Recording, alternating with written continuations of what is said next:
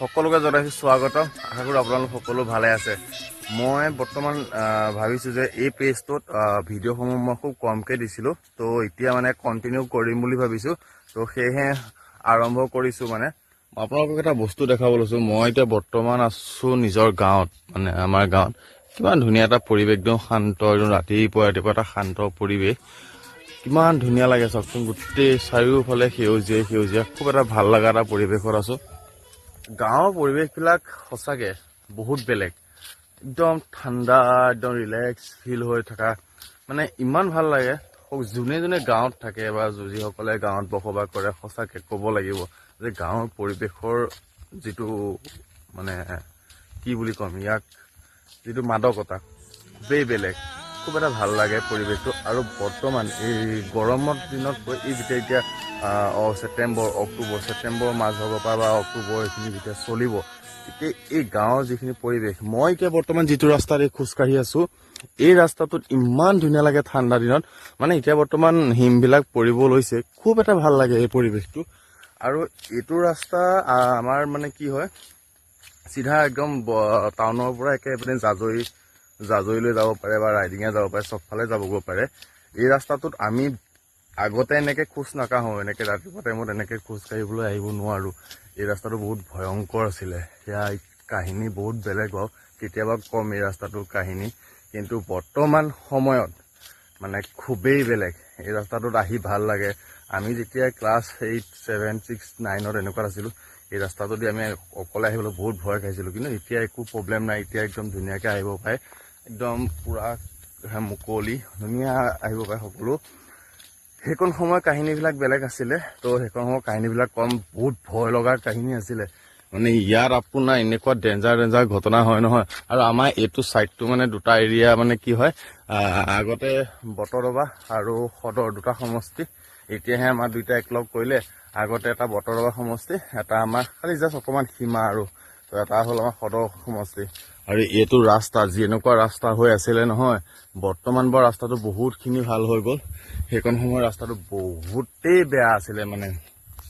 কিন্তু এটা কথা মানিব লাগিব, আৰু যেতিয়াবা বিজেপি চৰকাৰ আহিলে, ক'ব লাগিব বিজেপি চৰকাৰ অহাৰ পিছত কিন্তু আমাৰ অঞ্চলৰ যিমান সৰু সুৰা একদম গৰু বাট পৰ্যন্ত যিমান ৰাস্তা আছিলে চব কিন্তু পকা হৈ গ'ল দেই। সেইকাৰণে এতিয়া, আৰু মই এতিয়া যিখন দলঙৰ ওপৰত মানে খাৰা হৈ আছো, এই দলংখনৰ মানে একদম বিভিন্ন ধৰণৰ কাহিনী আছে বাৰু।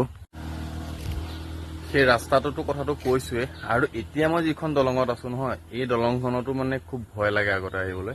এতিয়া এইবিলাক নাইকিয়া, কিন্তু এটা কথা মোৰ বেয়া লাগে, এই এখন আমাৰ জান হয়, অ'কে। এই জানখন আগতে আমি কি হয়, মাঘৰ বিহু উৰুকাত এনেকে মাৰো।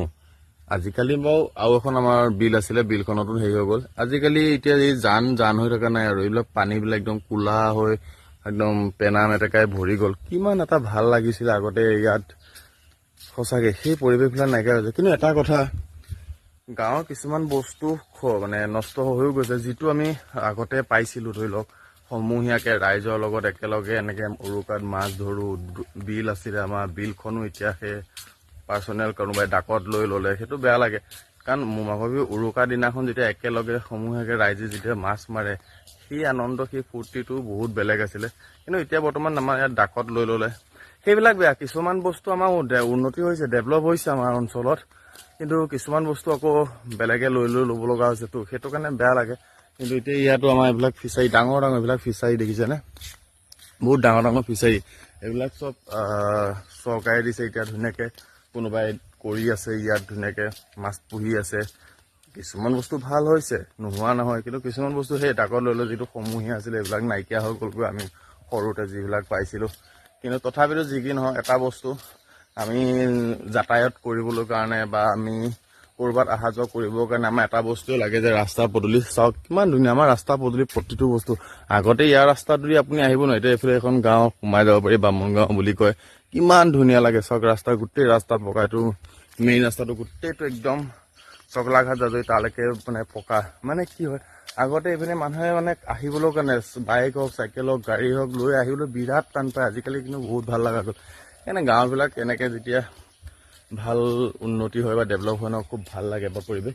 এইকেইটা চাওক ফিচাৰীকেইটা, কিমান ডাঙৰ ফিচাৰী দেখিছে।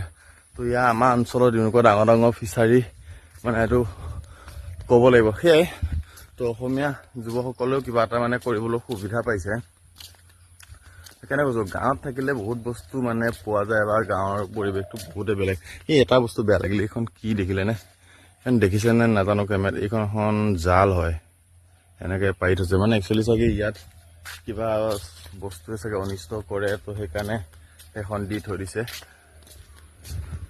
আৰু এইবাৰ আমি আমাৰ অঞ্চলত নতুনকৈ আৰম্ভ কৰিব লৈছোঁ মানে অনুষ্ঠান এভাগ দুৰ্গা পূজা পতা সিদ্ধান্ত এটা লৈছিলে ৰাইজে সকলোৱে মিলি তো এইখন আমাৰ চিভিল হস্পিটেল হয় ইয়াৰে ফিল্ডতে আমাৰ এয়া দুৰ্গা পূজা পেণ্ডেল অলৰেডি লাগিয়ে আছে তো সকলোকে নিমন্ত্ৰণ জনালোঁ বহুৱা ভেটি কাছমাৰীত সকলো আহিব দুৰ্গা পূজা চাবলৈ এইবাৰ প্ৰথমবাৰৰ বাবে আমি আৰম্ভ কৰিব ওলাইছোঁ তো সকলোকে আমি নিমন্ত্ৰণ জনালোঁ তো এয়াই আছিল দ্য লাইফ অফ ভিলেজ পাছত আৰু বিভিন্ন ধৰণৰ বস্তু দেখাবলৈ চেষ্টা কৰিম গাঁৱৰ পৰিৱেশৰ